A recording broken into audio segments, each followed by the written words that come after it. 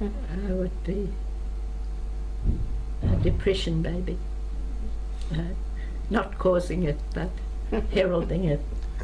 1929. And of course I don't remember those days until I was 3 or 4.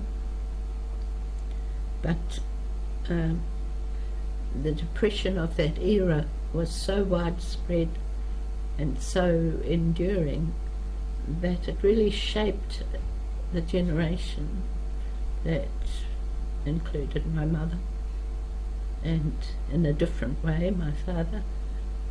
And so my experience is that people grew up very happy to have a little because they had experienced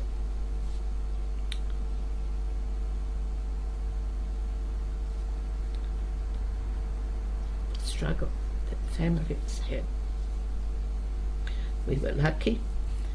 We grew up in the schoolmaster's family, and during that era many people had to share jobs or have no job. And what was called job sharing nowadays is a matter of course in these short periods of work that many people have to try and live on. But then it was a short-term measure. People with families and teaching careers were looked after by the state to the extent that if you had children, that was taken into consideration when apportioning work was concerned. That's my impression. And little stories indicate that. So we moved about the country a lot, and always my father had work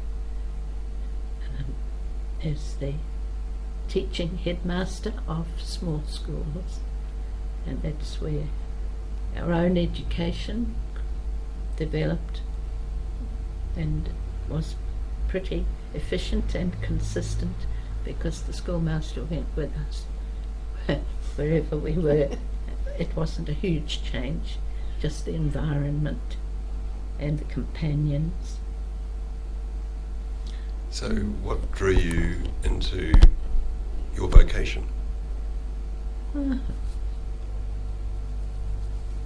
think it was in front of the mind of most young women, and possibly young men too, that was a way of life that God might call you to.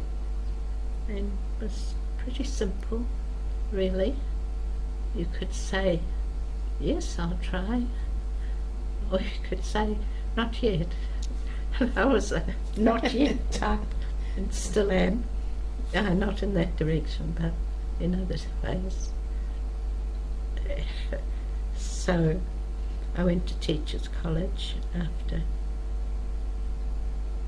college in Hamilton, which was then St Mary's, became Sacred Heart shortly after.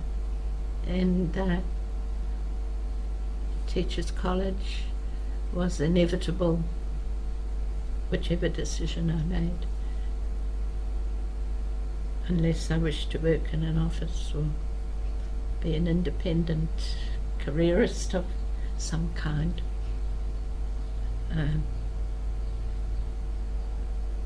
And I enjoyed that. And then we had a teaching bond in those days.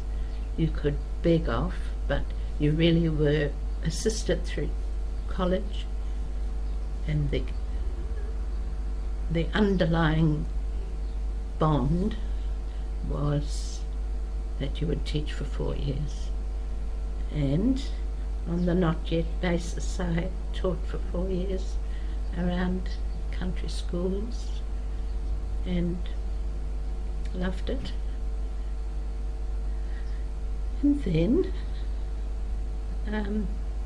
I still had that feeling of call, and I entered the Sisters of Mercy because they were in the parish of Parnell, and Parnell was quite a poor place, downtown Parnell, and we were living there so that my brothers could get their college education.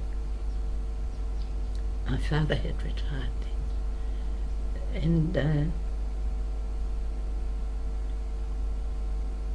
life went on. And if you had a qualification, you often were called on to complete your degree and carry into secondary, which has been a great honour for me and quite special in my life.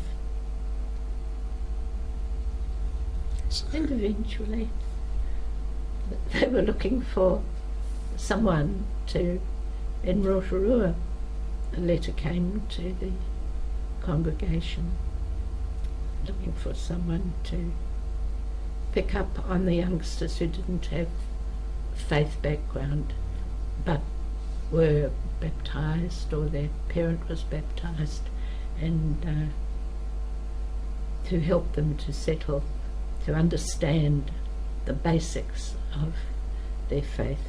And